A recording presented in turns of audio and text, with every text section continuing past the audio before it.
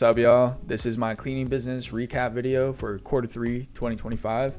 Right now it's September 15th, so not exactly the end of the quarter, but some good things have happened in July, August, and then even a couple of days ago that I felt like the video was overdue. And I love making this video. It's really for myself, just to give myself perspective on the progress we're making, obviously lessons learned, as well as refocusing my actions to take moving forward. So getting into it, last month was our highest total revenue at $27,450, which was awesome. A lot of that came in the form of post-construction cleaning. So it kind of ties in with the second one, which is 4 new general contractor connections and jobs done. Here's my Stripe. So $10,000 of that, just about, maybe a little bit more than that, came through Zelle. I'm always pushing for Zelle for these bigger jobs and being paid in full, because as you can see, Stripe takes a pretty penny for processing fees. So when it's like thousands of dollars per job, I'd rather get it all at once and not have to give Stripe a cut of that. That was pretty awesome. So like the end of August, one of the general contractors that we got, they found us off of Google, gave us a job at FAU, and we did really well. He told his colleague about us, and the next day, like within 24 hours, that colleague gave us another job at a public library a little bit south of us. And so that was like a quick hit, totally unexpected, and really cool to see, you know, just being in the right place at the right time. They asked me to come out same day for a walkthrough when they first called me at FAU, and I was there instantly. You know what I mean? And that's also where I graduated from, so that was pretty cool. But also we connected with a home builder. That was through email marketing, and I'm excited about that because he has 11 more projects. That was done back in July, so I'm gonna reach out to him soon and just kind of see if he's got anything else on his plate ready to go. As well as recently another general contractor through SEO. I posted a video about, you know, just post-construction cleaning and everything. And when I posted it, this was at the end of August. The next day, I got 3 calls from post-construction cleaning, 2 from just homeowners, and then 1 from a general contractor. Closed him at $2,700. Job was well done, so he wants to use us for all of his next jobs, whenever that's going to be. That was also cool because I was at a friend's wedding in St. Augustine, so I wasn't involved in the cleaning at all. Like, my team was able to handle it, which I'm really happy about. And because I was kind of like, not nervous, but I always want to be on a job for, especially post-construction cleaning. I want to be there, not like the regular recurring house cleanings, but the big post-construction, I want to be there because I want to check all the details and make sure that we're good to go. But they did an excellent job, which I'm super proud of, and so we got that. The other 2, it didn't pan out, but it's all good. There's gonna be more. The kind of the major milestone is we secured our first maintenance contract just a couple days ago. And this is for 1 year, $2,350 a month. So I can't express, I'm so stoked about this because obviously it's the first contract. I feel like that's the hardest to get. It seems like I've been at this for almost 2 years now, trying to get commercial contracts. We've done deep cleanings. I have a kitchen hood cleaning contract, but nothing like this, like a real maintenance contract. And so it's going to open up a lot of doors. You know, $2,350 a month, it's nothing crazy. I'm going to be paying a subcontractor $1,750 an hour. So it's like around $800 net profit. To me, you know, the directors of the board there, when we were doing the walkthrough, they were already telling us, like, you can offer window cleaning, exterior window cleaning, and I'm definitely going to offer house cleaning packages to the residents there. I think there's like over 150 residences at this place. It's a small condominium, but the upsells there could easily double that contract, or that contract value right there. And the other main thing, on a bigger scale, the enterprise value of my business just grew a lot more. It's not something I don't expect to sell my business anytime soon, but this is kind of how you build up the enterprise values, where these investors or business purchasers will look at your business and be like, okay, that's really attractive, you know? So super happy about it. I'm going tomorrow to pick up the keys and go through it with my subcontractor, make sure I give them a daily task list and everything, so we're set to go. But I'm so happy about that, really. This was actually not through email marketing or anything. It was from Yelp. We did a super nasty deep clean. If you look at my YouTube shorts, one of the first ones I posted is like a disgusting deep clean, but we did a great job. And he called me up a week or two ago, the president of the board, saying that their current maintenance company is sucking, and they were wanting to see if we would take it over. So I went out there for a walkthrough, and we did that cleaning like a year ago, and he reached out on his own accord. So I'm very proud about that. Definitely something I'm going to use to like get more contracts, is that kind of referral. So yeah, moving on, secured our first recurring client from TikTok.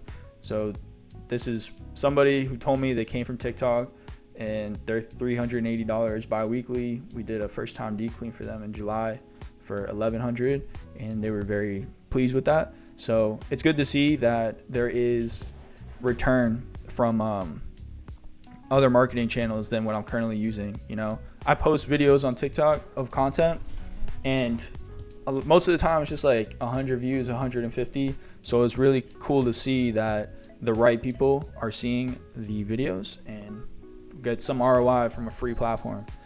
The next thing, it's not related to the cleaning business, but I'm proud of this milestone, is there was somebody, a cleaning company. We connected together from me posting on TikTok months ago, near the beginning of this year. She started her business in December of last year, and until this month, never had a client at all. Didn't get any clients. I think she would like go in person to job sites and she would try to get clients, but she never got one client after 9 months. And so she reached out, and I set her up with an email marketing system that I use, and she secured a $5,700 post-construction cleaning for her first client ever, which is insane. I mean, that's like a dream for a job that big on your first cleaning. Originally it was supposed to be like $4,000, but then she told me when she went and do the walkthrough, there was way more windows than they explained to her, so she was able to upsell to here. So super proud of her about that, and I'm just happy, like, I don't know, my skills or my knowledge, I was able to work with somebody else and like have an impact that's not just on my own. So yeah, and lessons learned, keep a card on file, right? So we worked with a general contractor. They were through Zelle, because it was $2,400 job for post-construction cleaning, doing a lot of that. They paid us 50%, and when it was time to pay the rest, they were, I gotta wait for the client to give me the okay. Pretty much after weeks not paying us, and they were trying to get us to come back and do a touch-up cleaning, even though we were very clear, like, dust will settle, this is what to expect. But yeah, they were trying to get us to do more work, essentially. I pretty much just hounded the guy. Not hounded him, but I would text him almost every day, and he would be like, oh, I'm out of the country, I'll pay you tomorrow. And eventually, like, thankfully they just paid us. But if we keep a card on file, this is what we do now. There's no worry, just charge them, right? And the other thing, be very clear with scope of work and do a walkthrough. So this is very post-construction heavy, but when I went to that public library from that new general contractor, I'm hoping our relationship is intact. So we did a good job, you know, from what I saw. And the next day they call us back. They say we have to go back and touch up some things that was missing. There was like an entire bathroom and break room area for the employees of the library that we didn't touch because they didn't tell us to do that. It wasn't in the scope of work. We had an agreement, but I also didn't do a walkthrough beforehand. I didn't see the place. So in any case, it wasn't necessarily our fault, but their client, the library, they weren't happy, and they told the general contractors, whoever did the cleaning did a really poor job. So I felt like it potentially hurt our relationship. I talked to them and everything, but obviously nobody wants their client with coming back with negative feedback. So we just got to be like more clear with our scope of work, do a walkthrough, especially for post-construction. For the residential places, I don't do the walkthroughs anymore. I just stop it unless it's like a big home. But yeah, do a walkthrough and be very clear just to protect ourselves, and because now it potentially affected our relationship with a new general contractor connection. But yeah, course of actions now. What I'm looking forward to be doing is upskilling in GTM softwares, which it stands for go-to-market softwares and infrastructure. So the cold email, for instance, is a GTM software, like the sequencing, the data scraping, the enrichment. I'm making an effort to learn more about these softwares and get better at using them in the workflows, but also the automations to piece everything together, and mainly for my own benefit. Obviously with my own cleaning company, I'm running my own email marketing, but then also with other clients, like I set up 6 people with email marketing systems, and I have one person, one commercial cleaning company in Vermont that we're doing a monthly retainer, and I'm doing his email marketing. So I know if I upskill in these softwares and build more knowledge, it's going to help myself as well as other companies I work with. So I'm excited about that. It's a good thing overall.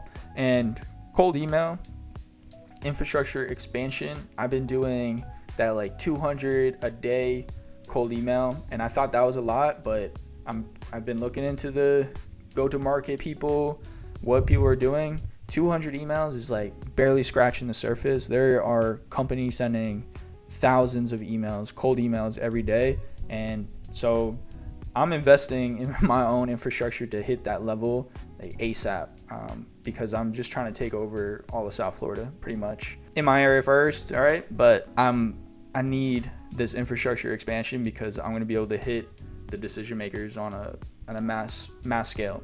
So go in person to job sites is something else I want to start doing for post-construction cleaning.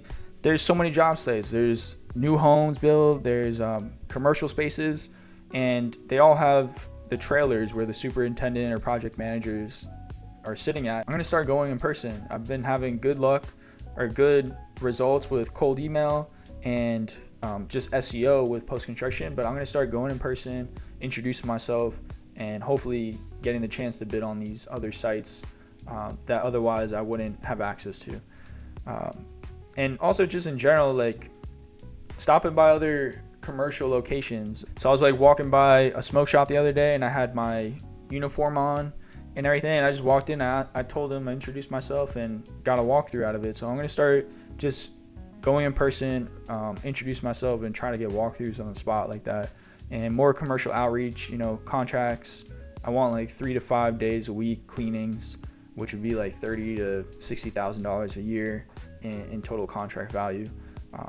This ties in with the infrastructure expansion that I'm already in progress. And then build out an SOP vault, standard operating procedure vault, for every piece of the business, because I want to put more VAs in here. I have my girlfriend's brother. I want to get him more involved, and just like really make this systemized. I've been doing that, but like truly build out a vault and then have it in a centralized location like Notion, I think would be good. We're also going on vacation to Japan in a couple months, so I want to have some things in place where I don't need to always be involved. This is the recap. But yeah, thanks for watching, y'all, and talk to you soon.